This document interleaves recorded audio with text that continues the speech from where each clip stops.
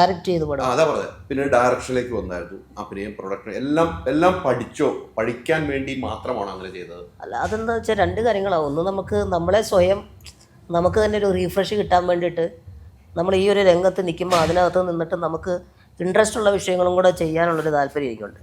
അപ്പോൾ എനിക്ക് അഭിനയിക്കുന്നതിനേക്കാൾ എനിക്ക് കൂടുതൽ കുട്ടിക്കാലത്തൊക്കെ ആഗ്രഹം സംവിധാനം ചെയ്യുന്നത്. അതൊട്ട് എനിക്കൊക്കെ അറിയാം.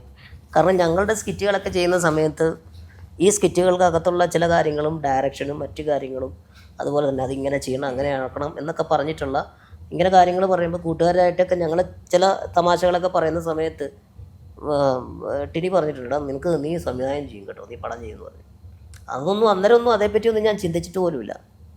അപ്പോൾ അങ്ങനെ നമ്മുടെ സ്കിറ്റുകൾക്കകത്താണെങ്കിലും അതുപോലെ ഈ സ്പെഷ്യൽ ഷോകളൊക്കെ വരും ഞങ്ങളൊന്നിച്ച് ഏതെങ്കിലുമൊക്കെ ഒരു ചാനലിൻ്റെ, ഈ അമൃതയുടെയോ അല്ലെങ്കിൽ എല്ലാ പ്രോഗ്രാമിൻ്റെയും, ഏഷ്യാനെറ്റ് എല്ലാ ചാനലുകളും, സൂര്യ, അങ്ങനെയൊക്കെ ഏത് ഫെസ്റ്റിവലുണ്ടോ ആ സമയത്ത് ഞങ്ങളുടെ സ്പെഷ്യൽ എന്തെങ്കിലും സംഭവം കാണും. അപ്പോൾ അതെല്ലാം ഞങ്ങൾ തന്നെ സ്ക്രിപ്റ്റ് എഴുതി ഞങ്ങൾ തന്നെ. ടിനി സ്ക്രിപ്റ്റിൻ്റെ കുറേ ചവറ് പെറുക്കി കൊണ്ടു കൊടുക്കും, പുള്ളി കറക്റ്റ് അത് ഒരു അടുക്കി നെല്ലും പതിരും തിരിച്ച് അതിൽ ആരൊക്കെ വേണം എന്തൊക്കെ വേണം എന്നൊക്കെ പറഞ്ഞു. അങ്ങനെയാണല്ലോ നമ്മൾ ഇതിൻ്റെ കാര്യങ്ങൾ പഠിച്ചു വരുന്നത്. ഇവന്റെ ബുദ്ധി എൻ്റെ ശക്തി.